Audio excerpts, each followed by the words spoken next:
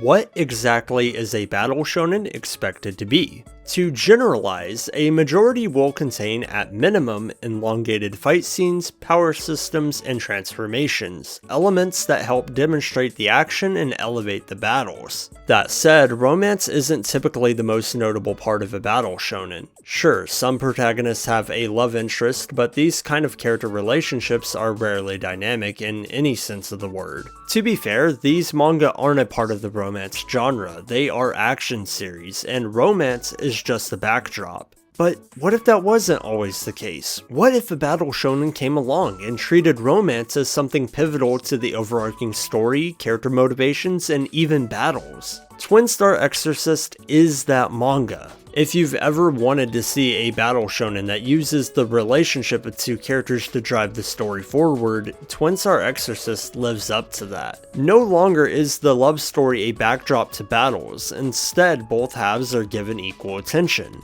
Additionally, the relationship between its two main characters is used as a fundamental part of its narrative. For once, romance is the key ingredient. This is how Star Exorcist is one of the few manga to turn a battle shonen into a romance.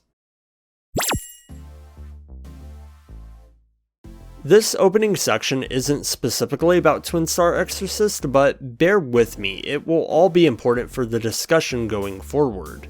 To offer a bit of contrast, it would be helpful to first understand how romance is often treated in battle shonen. If I were to give an anecdotal view of how these manga pace their romance, it would be something like this. When condensing this graph down to only romance, the full span of these manga dwarf the time spent on the romance. Despite taking up such a small percentage, it's pretty common for romance to be a long-term subplot. The basic structure is to introduce a love interest early on, in which one likes the other for easy to understand reasons, and by the end, they end up together. For extra credit, maybe they have a kiddo or two. Point is, natural progression isn't much of a thing. Feelings might get confirmed or the idea of romance is teased, but it usually isn't until the end that any semblance of a relationship comes to fruition. To use a straightforward and well-known example, Naruto took so long to confirm the inevitable that it didn't even happen in the manga itself. Plenty of fans were let down after waiting for years, only to receive an answer they didn't want. Naruto didn't market itself as a romance, but whether justifiable or not, a significant number of fans still deeply cared about who Naruto's significant other would be. It gave enough of an allusion to romance for fans to care, but not enough attention to satisfy. When romance isn't at the forefront of a story but is teased for the entire time, readers might end up creating more romance in their head than what is actually on paper. This is part of what results in so-called shipping wars and why fanfiction so commonly depicts relationships between characters. If the creator won't give it to you, then why not make it yourself? Because in reality, most battle shonen are only going to splice in small hints of romance between the stuff that truly matters to their stories. The problem is that Naruto and most of its contemporaries are not love stories. For some manga, a relationship that blooms at the end of their story is kind of a formality, and I mean that in the least cynical way possible. I want to clarify, there's a difference between a character having a crush and two characters actively deepening their romantic bond. That is the difference between a hint of romance and romance being a primary genre. A majority of battle shonen fall into the former category, not to say that is inherently bad. If anything, what I'm trying to say is this. Often, battle shonen don't offer compelling or dynamic romance, much less romance with a focus, and that's the nature of the beast. Naruto, or any of these others, didn't necessarily need additional romance, and some fans might have been turned off if there was more than what already exists. Nonetheless, that's why Star Exorcists stands out among its peers and could appeal to those that do want more out of those romances.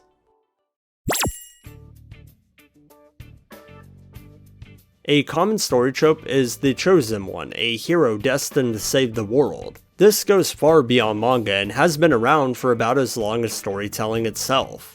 Star Exorcist does use this trope, but it turns it on its head a little. The main characters, Rokuro and Benio, are tasked with being the prophesized Star Exorcist. The catch is, they aren't as special as you would think. Their true task is not to save the world, but to give birth to the prophesized child that will. This requires them to fight for various reasons, but ultimately the final battle is not supposed to be theirs. What's cool about this premise is how the story immediately demands these two characters to develop an intimate relationship, but it can never force them to. Rokuro and Benio do not like this idea at all. Not only do they not want to rely on a child to end the war, they initially dislike each other. Regardless of the pressures being asserted onto them by the story, it cannot assert romantic progression. Destiny itself tries to tell them to be together, and other characters try to enforce that destiny, but because they oppose the very notion, their blooming relationship feels more organic. The story forces them to be in the same proximity or occasionally fight together, but it isn't the source of their eventual romantic feelings. They find their own reasons to start liking one another, and after some time, they choose to pursue a relationship of their own accord. It also helps that their chemistry is believable. Both Rokuro and Benio have fairly standard characterization, but the ways they bounce off of each other is what makes their relationship so convincing. On a surface level, Rokuro is hot while Benio is cold. For instance, Rokuro might say an inadvertently rude comment, and Benio will respond with a remark that cuts like a knife. The two have to learn how to live together without their personalities clashing, and this takes some time as neither one knows how to handle the other's personality. For this reason, some of the most enjoyable chapters of the manga are the moments in between all the fighting and story progression. Rokuro and Benio are simply lovable characters with hilarious running gags, quirky character flaws, and cute interactions. Twin Star Exorcist and creator Yoshiaki Tsukino do so much to build good faith between Rokuro and Benio, both as a couple and as characters for the reader to like. Even if it is a prophecy, watching them learn how to tolerate their situation and slowly start to like it is endearing. By the middle of the first major arc, 3 volumes in, it's kind of amazing how much their relationship is already beginning to change. I'm not joking when I say their relationship progresses at a more reasonable pace than most romance manga. Rather than endlessly hinting at romance only to suddenly pair them together in an epilogue, Twin Star Exorcist allows their affinity to flourish. This is accomplished through multiple arcs in which they spend time together and discover mutual love. Affinity doesn't immediately come out of nowhere, but it also doesn't take forever to get rolling. Not to delve too deep into where their relationship currently stands or what has happened to them, but I can confirm they are one of the best duos in Battle Shonen. I might even be inclined to say they are my favorite romantic pair in any manga. None of this is to say story has no role in developing their feelings, however. Truthfully, if Twin Star Exorcists were just a romance manga, I'm not certain they would have stuck together at all. What makes the evolution from disdain to genuine affection so seamless is how battles and key story events play into their relationship. In being a battle shonen, fighting side by side and supporting each other in combat, their relationship progresses in meaningful ways that are concurrent with their at-home life. By sharing their weaknesses and vulnerabilities throughout the story, they grow to care for and, maybe more importantly, understand the traumas of the other. This creates a duality where their relationship is built in and outside of battle. As expected, Twin Star Exorcist is at least a decent battle shonen, but it's how it can mix romance into its action and use it as fuel for conflict that results in a story more texturally unique. I don't know that it would be a favorite of mine if I were to isolate its romance and action because it doesn't exactly wow me as a traditional battle shonen, but that's missing the point because that's not what it is. I care about the battles because I know what it means for their relationship, and I care about their relationship because of what they endure in their battles. It's a cycle that feeds into itself.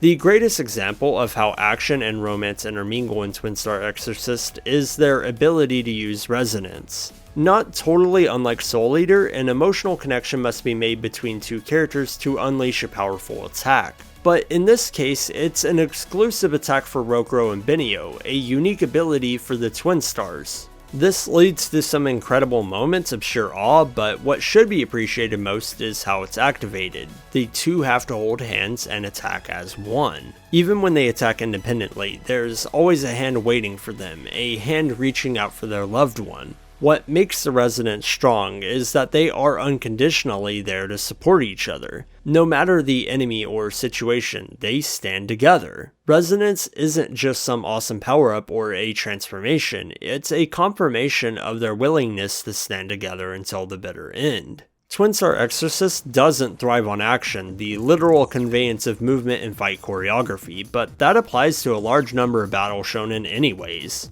Naruto's fights are driven by emotional stakes, Hunter x Hunter's by adventure, and JoJo's by outlandish concepts. Yet, none of those have the best action either. The battles of Twin Star Exorcist are driven by interpersonal relationships, romantic or otherwise, functionally making it no different than the others. Because of that, it doesn't pain me to admit that Twin Star Exorcist isn't the greatest action manga ever. How it conveys movement isn't stellar, but on top of romance, the varied cast of characters offer a lot of cool and fun personalities, the conflicts have emotional weight, and Sukeno's art is quite excellent. Notably, his character designs have a balance between being cool and cute, which does help create a synergy between romance and action. One moment a character is a total badass, and the next moment, they're making your heart skip a beat.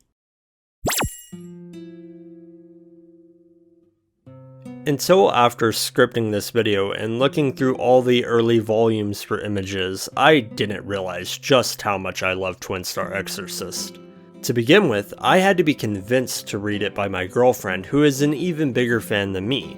At the outset, it doesn't look like a manga that would break the mold, and the anime adaptation is just not good. Least to say, my interest was not natural born, and I probably would have never read it if not for her influence. Eventually, I had to give it a try, and while it took a while to grow on me, its mix of endearing romance and solid battle shonen action came together in a way that was infectiously lovable. The term "the whole is greater than the sum of its parts" is the best way to summarize Twin Star Exorcist. Maybe it isn't the perfect romance, and it certainly isn't the best action manga, yet that doesn't stop it from being pretty awesome in its own way.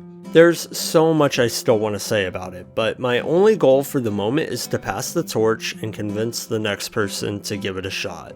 And hey, if you happen to be that person, I hope you enjoy it.